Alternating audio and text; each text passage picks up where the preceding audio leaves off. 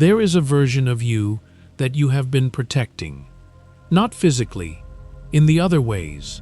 In conversations where someone said something that felt like a threat to who you are, and you felt the familiar tightening, the familiar readiness to correct or defend or explain. In moments when someone described you in a way that did not match how you understand yourself, and you felt the specific discomfort of being seen wrongly, of having the record require correction. In the times you have stayed in a position longer than the evidence warranted, because changing your mind felt like losing something more than just the argument. In the ways you have organized your life around maintaining a particular story about who you are and what you stand for and what kind of person you have chosen to be. The protection has been real. The effort has been real. The discomfort when the thing being protected feels threatened has been real. But somewhere in the quiet hours, a question arrives that is harder to dismiss than it is to ask. What exactly is being protected? Before we begin, leave one word in the comments tonight. One word for the version of yourself you have been most committed to defending. Competent, kind, strong, right, independent, whatever is most honest. Someone will read it and feel the weight of the same protection in themselves. If this channel is finding you something worth returning to, the subscribe button is there. It costs nothing. Now, let your eyes close if they are ready. Tonight we move between two worlds. The first is yours.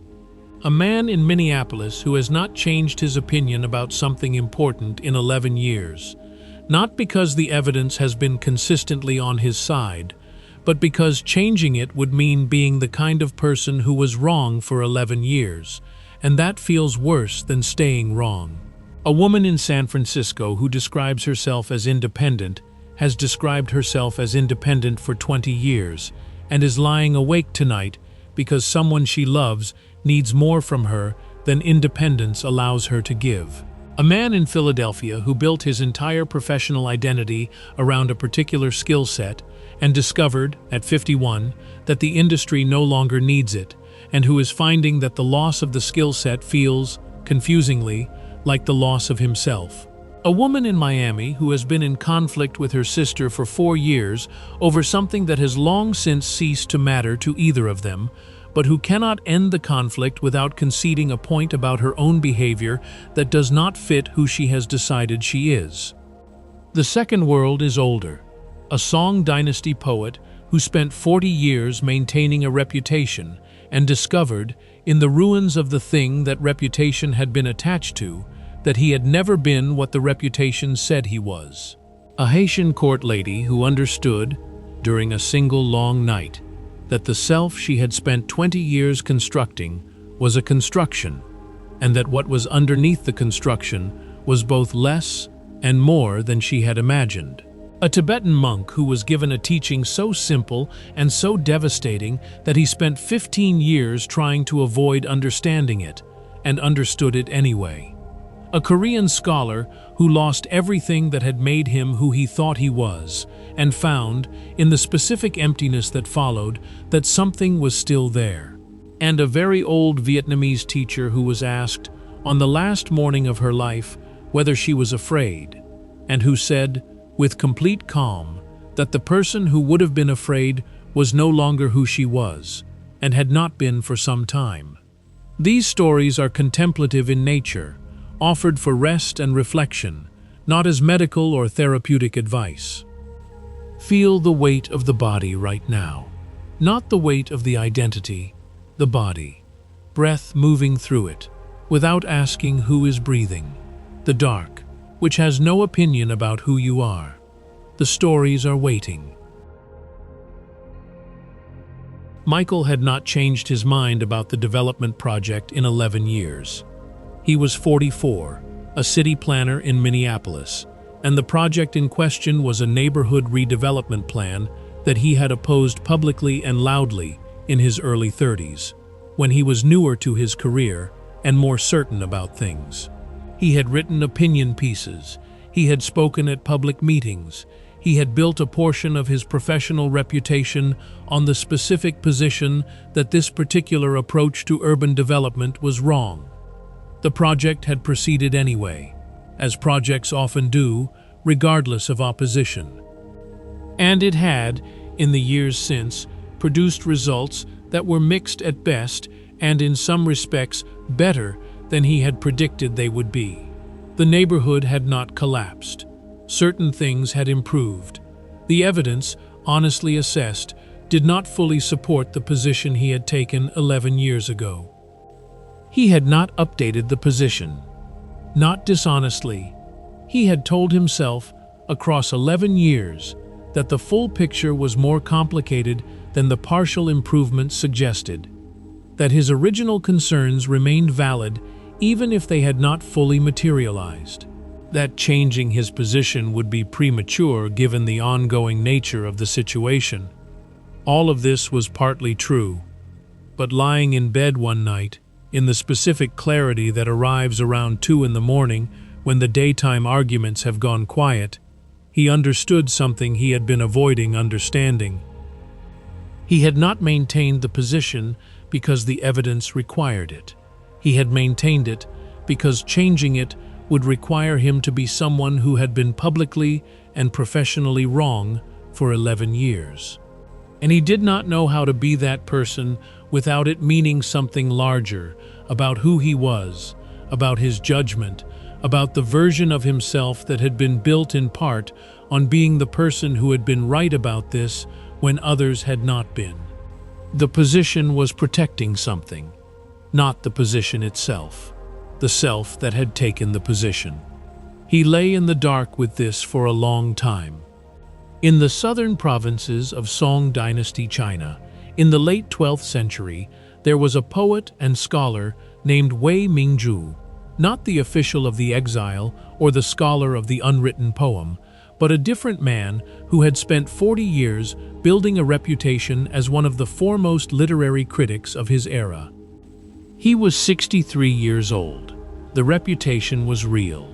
The work that had produced it was real.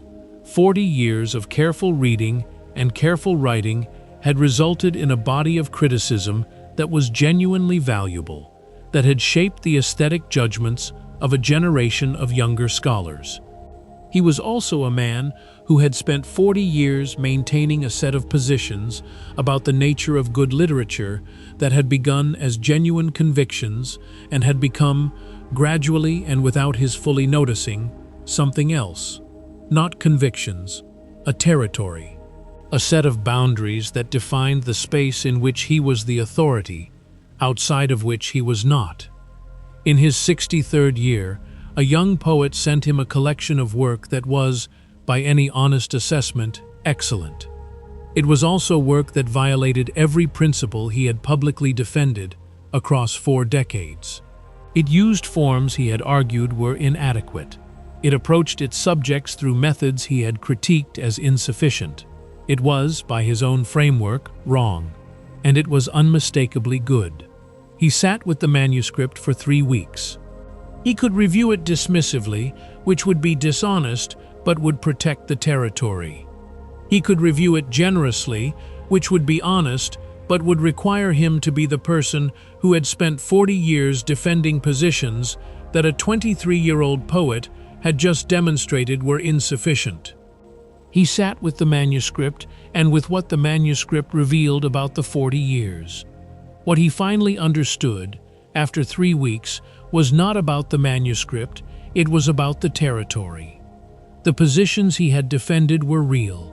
The work that had produced them was real. But somewhere in the last 20 years, the positions had stopped being conclusions he had reached through genuine inquiry and had become the furniture of a self that needed to be right about these things, not because being right served the work, but because the self required the rightness in order to know what it was. The self was not the work was the work. The self was something that had attached to the work and begun to use the work to maintain itself. He wrote a review of the young poet's collection that was the most honest thing he had written in 20 years. He said the work was excellent. He said it violated his stated principles in ways that revealed the limitations of those principles. He said he had been wrong about several things he had been publicly right about for a very long time. The review was controversial. Several colleagues wrote responses questioning his judgment, his consistency, his reliability as a critic. He read their responses with the specific quality of a person who has set something down and finds himself, to his own surprise, no longer carrying it. He wrote to a younger colleague who had asked him privately how he had managed the public reaction. "I had confused the work with the worker. The work required honesty. The worker had been requiring protection. When I understood that they were not the same thing, the choice became simple, though not easy." Michael, lying awake in Minneapolis, had found the same confusion. He had confused the position with the person who had taken it. The position required updating. The person had been requiring protection. The protection was real. The thing being protected was a story. A story told with conviction across 11 years, but still a story, subject to revision, capable of being something different than what it had been without the person who held it ceasing to be. Let the jaw be soft now. Let the chest be open. The position can change. The one who held it is still here. And as Wei Mingju writes his honest review in the Song Dynasty study and discovers what he set down was lighter than he expected, we travel now to Japan, where a court lady understood during a single long night that the self she had built was a construction. Claire had described herself as independent for as long as she could remember. She was 41, living in San Francisco, and the independence was real in the ways independence is real when it has been practiced for 20 years. She lived alone by preference. She made her own decisions without consulting others, not from distrust, but from a genuine comfort with her own judgment. She had organized her life in ways that minimized the kind of dependence she had watched cause her parents and her sister prolonged suffering. She had been good at independence. She had been quietly proud of it. The person who was currently lying awake in her apartment was her mother. Her mother was 76 and had been diagnosed with something that required care. Not immediate crisis care. The kind of ongoing care that reorganizes the practical arrangement of a life. Her mother needed more from her than independence allowed her to give. Not theoretically, in the specific practical ways that required her to be present in her mother's life, on a schedule that her own life had not previously accommodated. She had been trying to find a way to provide this care that did not require her to revise the story she had been telling herself about who she was. She was finding that no such way existed. The care required what the care required. The care required her to be less independent than she had decided she was. She lay in the dark of her apartment and understood that she was not lying awake because she didn't know what to do. She was lying awake because doing what needed to be done required her to be someone other than the person she had decided she was. And she was not sure who she would be if she was not independent. In the city of Kyoto during the Middle Heian period, in the early 11th century, there was a court lady named Murasaki, not the author of the great novel, but a different woman serving in a different household, a woman who had spent 20 years constructing a self that was admired. The admiration was real. She was witty, learned, composed. She had cultivated these qualities with genuine effort and had become genuinely excellent at them. The court valued them. She had built a life inside that valuation.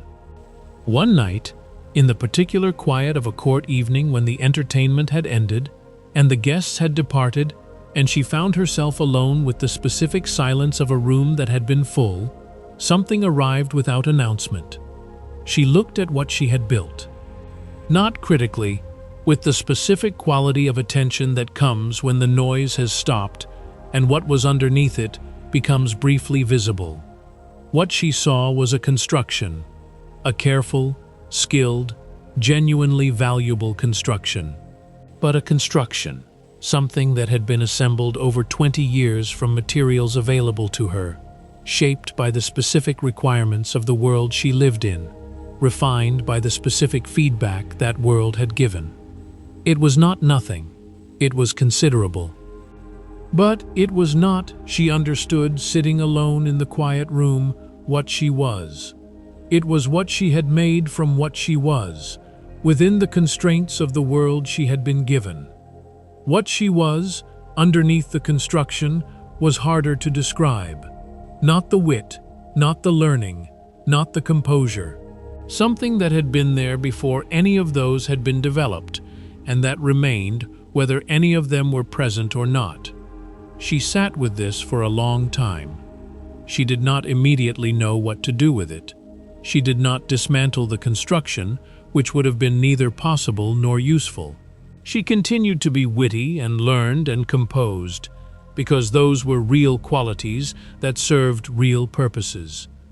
But she held them differently after that night, less like who she was, more like what she did.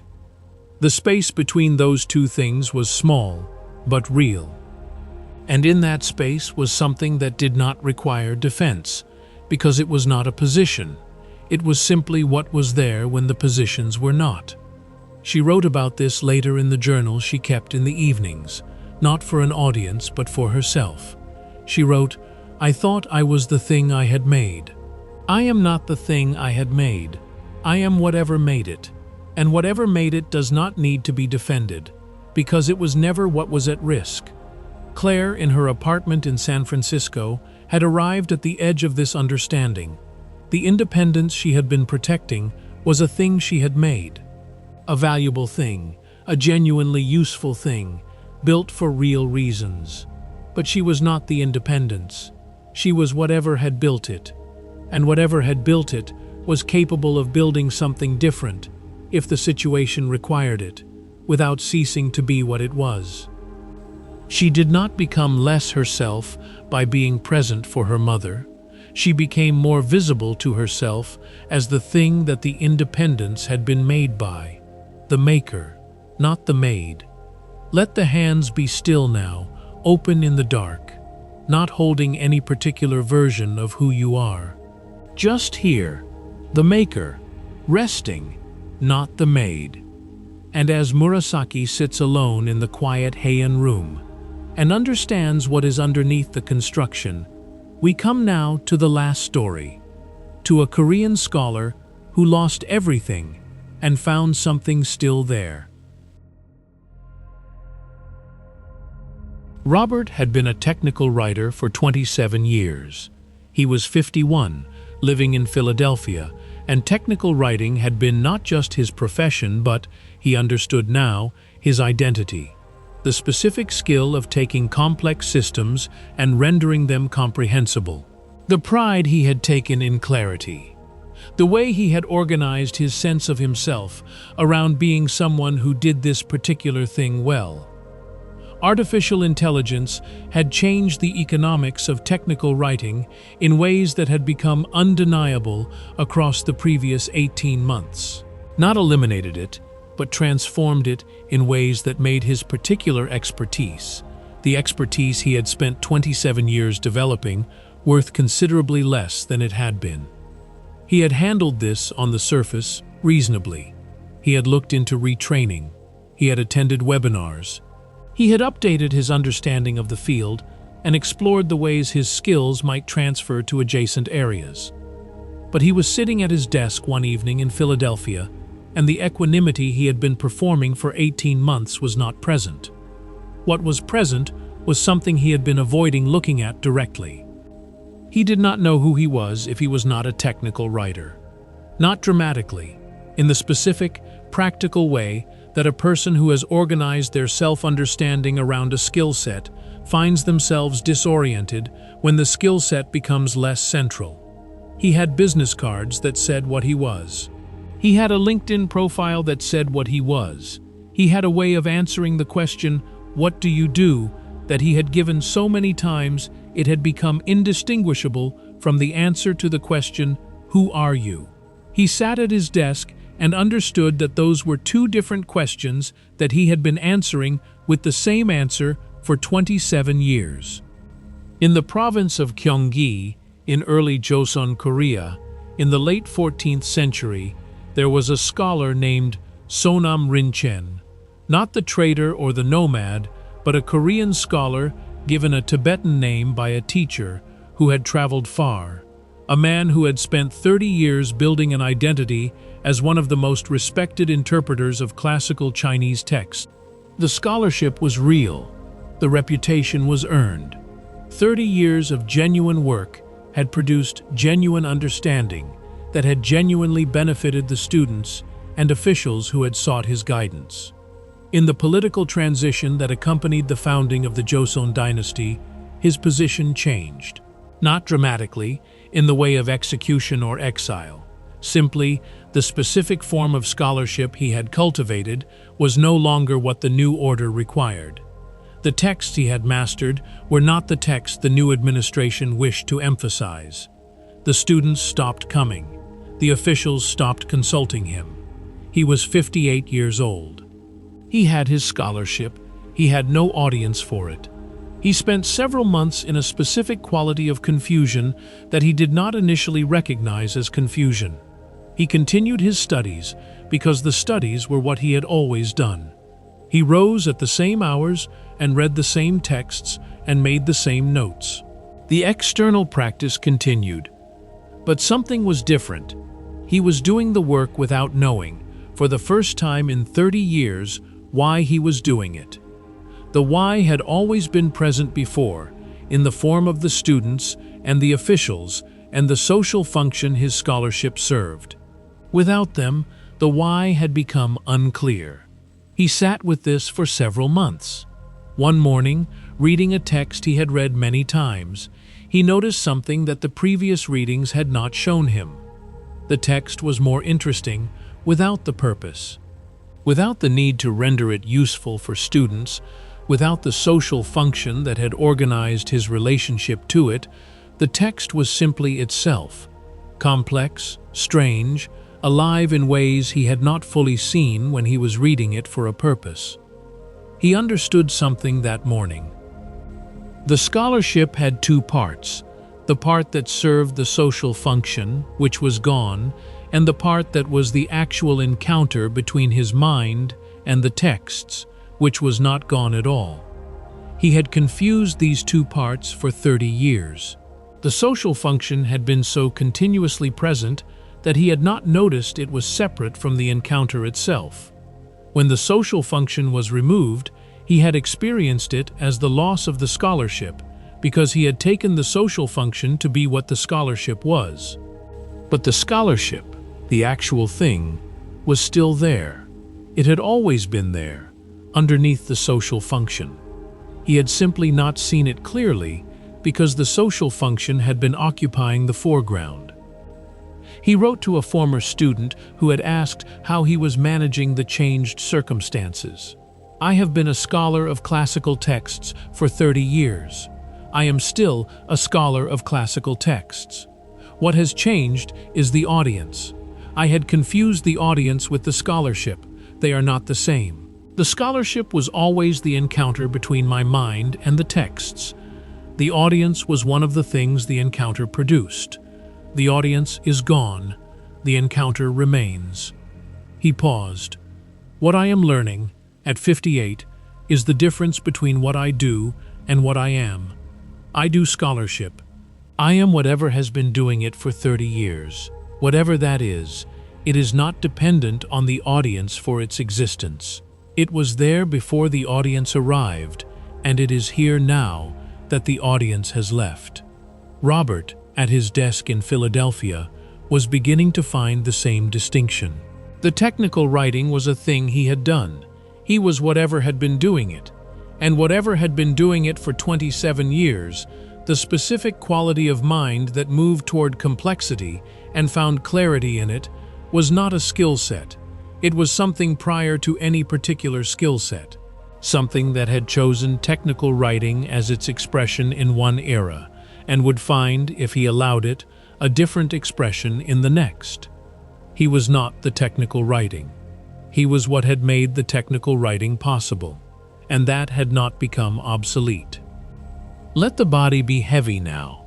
Let everything that has been held in the name of being a particular kind of person be held a little more lightly. You are not the thing you have been. You are what has been it. And that does not become obsolete. That does not require defense. That simply is. We have been in two worlds tonight. The world you know. Michael in Minneapolis, who had not changed his mind in 11 years, not because the evidence required it, but because the self that had taken the position required protection. Claire in San Francisco, who had been so committed to independence that she almost missed what the independence had been made by. And Robert in Philadelphia, who discovered at 51 that he had confused what he did with what he was, and that what he was had not changed when what he did became less necessary. And the older world, where a song Dynasty critic wrote his most honest review after understanding that he had confused the work with the worker, where a Heian court lady sat alone in a quiet room and found, underneath the self she had constructed, something that did not need construction, and where a Korean scholar lost his audience and discovered that the scholarship had never been the audience. Two worlds, the same confusion, the same finding. You have been defending someone. The someone is real. The positions are real, the history is real, the work that built the identity is real. None of it is nothing. But it is not what you are, it is what you have made, and you are whatever has been making it. That is harder to defend because it is not a position, it is not a skill set. It is not a reputation or a story or a consistent set of behaviors. It is simply what is there when all of those are set down, which means it does not need defense. It was never what was at risk. The thing you have been protecting can be set down now, not abandoned, not dismantled, just held more lightly, recognized as what it is, which is something you made rather than something you are. And underneath it, not grand or dramatic or particularly impressive, just the ordinary fact of being the one who has been here all along, making the positions, taking the identities, doing the work, carrying the reputation. Still here when the reputation rests, still here when the position updates, still here when the skill set changes. Just here, as you have always been, as you will continue to be, through whatever the next version of your life requires. Let the names dissolve. Michael, Claire, Robert, Wei Mingzhu, Murasaki, the Korean scholar. What remains is what was always here. Breath arriving, body held, the one who has been making everything, resting, needing nothing defended tonight. Just this, just here, just the maker, at rest. If sleep is reaching for you now, let it come. The thing you have been protecting will be there in the morning, and so will you, the real you, the one underneath. Good night. You are not what you have been defending.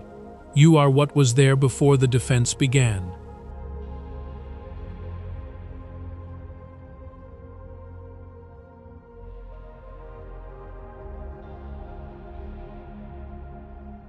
Before you go, one small thing. I made this channel because I believe the most exhausting thing most of us do is protect a self that is more flexible than we have allowed it to be. If tonight gave you one breath of setting that protection down, I am genuinely glad. Leave one word in the comments if you feel like it. One word for what you have been defending. Someone will read it and recognize the same defense in themselves. And if the quiet Dharma is somewhere you want to return, the subscribe button is there. It costs nothing. It just means the next time a night like this one comes, this will be waiting. Good night. You are not what you have been defending.